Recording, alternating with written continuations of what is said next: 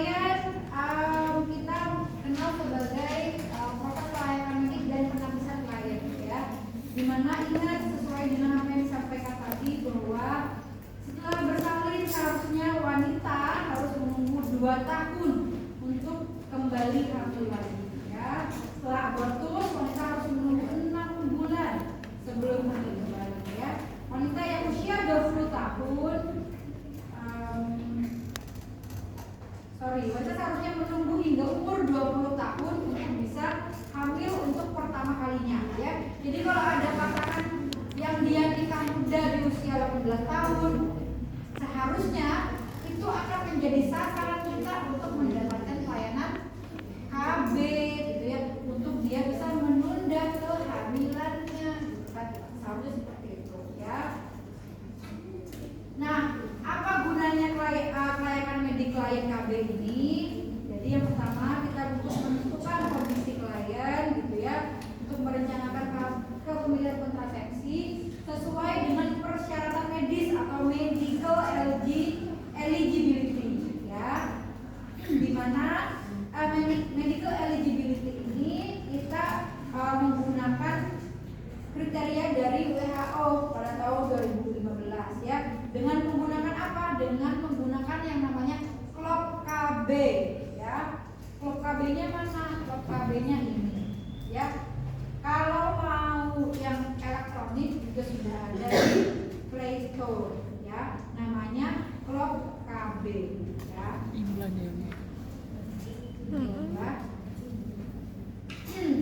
Nah, penapisan klien ke BPP dengan kelayakan medis ditentukan oleh beberapa kondisi medis klien. Kita bisa tahu apakah metode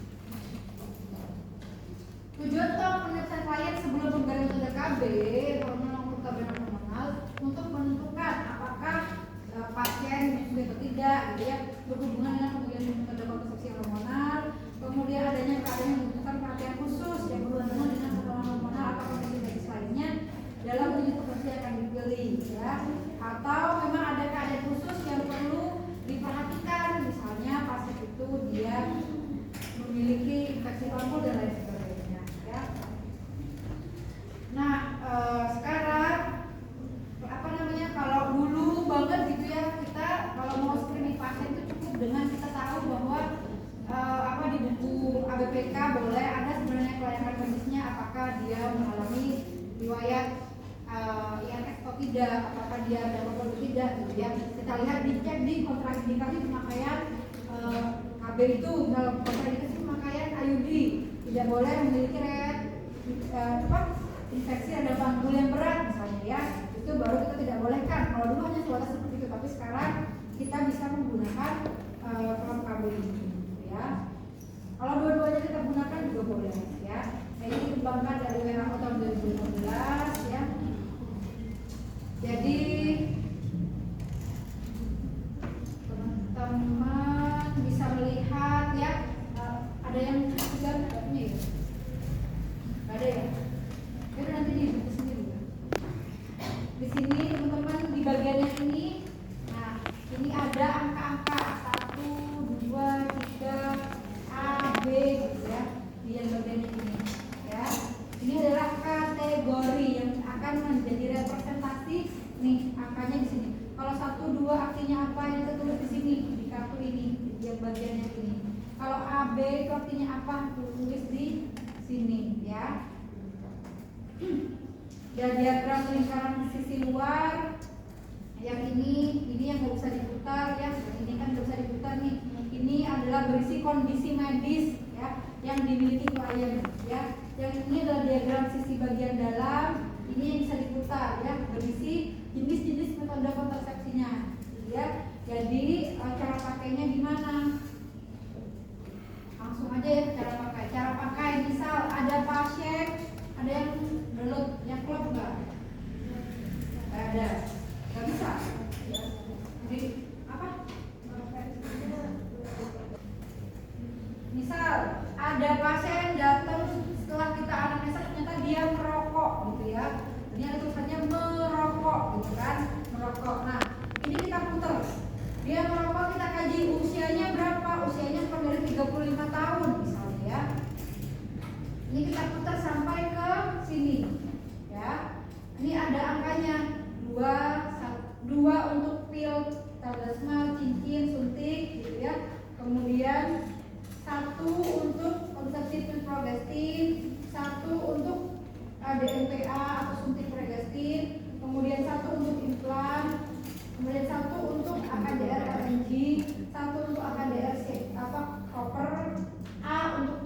vasektomi gitu ya. Artinya apa?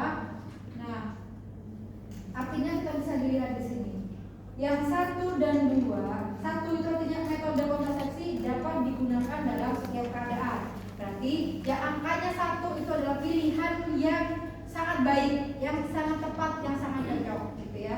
Yang kedua, secara umum metode ini dapat digunakan ya. Sebenarnya boleh, tapi angka lebih baiknya kalau angkanya di angka yang 1. Jadi angka 1 dan 2 semuanya ini dapat digunakan pada pasien tersebut.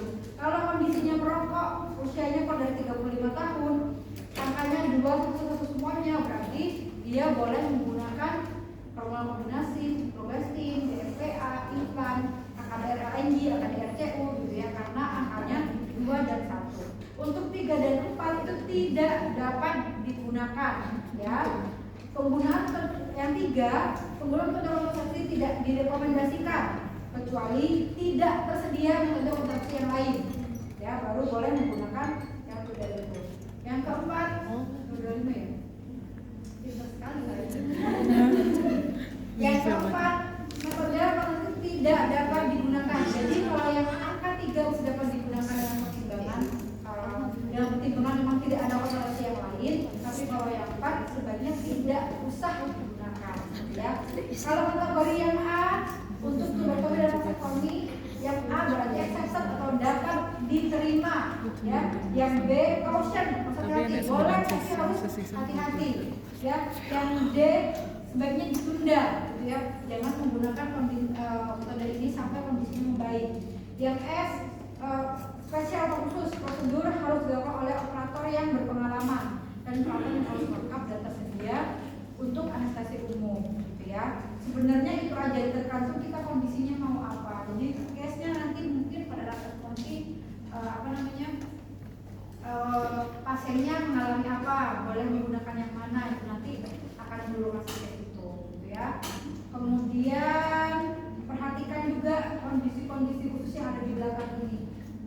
Jadi di sini akan muncul angka, misal nih pasien dengan perdarahan pervagina, dia ada angka 3 untuk menggunakan LNG atau implan dan AKDR dan juga AKDR LNG ataupun AKDR CU gitu ya, dia dari 4. Kalau yang 2 ini kan masih boleh nih.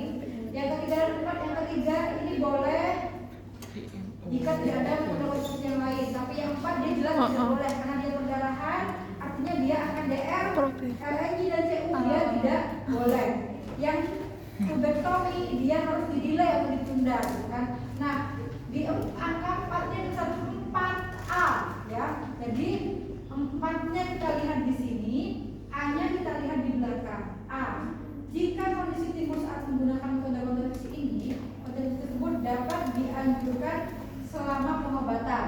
Artinya, kalau misal dia perdarahannya saat sedang dia menggunakan kontrasepsi IUD gitu ya, berarti kondisi ini masih boleh dilakukan. Artinya IUD tetap diberikan, tapi ibunya juga terus melakukan pengobatan perdarahan. Tapi kalau misal ibunya itu dia sekarang bilangnya perdarahan gitu ya, tapi dia dalam kondisi tidak sedang menggunakan IUD, artinya sebaiknya dia tidak usah menggunakan IUD.